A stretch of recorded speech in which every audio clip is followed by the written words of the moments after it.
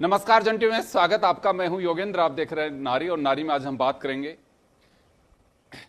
अभी हाल ही में doctors day गया और ये बड़ी सुकून की बात है कि आज हमारे नारी के अतिथि सभी डॉक्टर्स हैं और हम महिला की सेहत और खुद की सेहत की हम परवाह कर रहे हैं और इनसे जानना भी चाहेंगे कि कितनी ज़रूरी है महिला की सेहत और बदलती लाइफ स्टाइल, बदलता दौर, बदलता ज़माना, उसमें क्या चुनौतियां हैं, साथ ही केवल पेशेंट की नहीं, खुद डॉक्टर के सामने भी क्या चैलेंजेज है, उन तमाम चीज़ों को लेकर चर्चा करेंगे हम।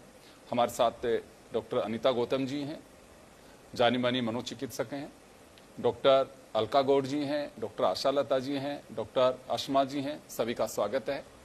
कहना चाहूँगा कुछ ऐसी सिचुएशन ईश्वर की देनी है जो महिला के जन्म जात है या एनीमिया की, जैसे मैं कह रहा हूं आपको कि बहुत सारी महिलाओं में मिलेगा।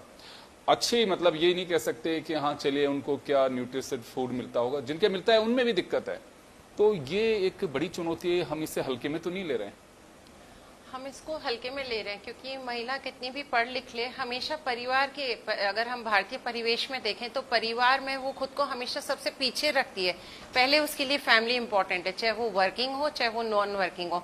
तो इसमें जबकि आज का सिनेरियो तो ये है कि जो यूथ है, वही बच्चियां आजकल बड़ी कॉन्शियस है अपनी हेल्थ को लेके, अपनी न्यूट्रिशन को लेके, लेकिन वो इतनी कॉन्शियस होने के बाद में भी अपनी मदर्स को या मदर इन लॉ को कन्विंस नहीं कर पाती है कि वो अपने न्यूट्रिशन पे या अपने थॉट प्रोसेस में एक चेंज लाएं कि ये पहले की बातें होती थी कि पुरुष खा लेगा फिर महिला खाएगी, या सब्जी या फ्रूट्स में या सैलेड्स में जो भी हेल्दी जो भी होता था वो सारा वो पहले अपने परिवार के लोगों को खिलाती थी और फिर ये कहती थी कि देखते हैं हम तो खा ही लेंगे।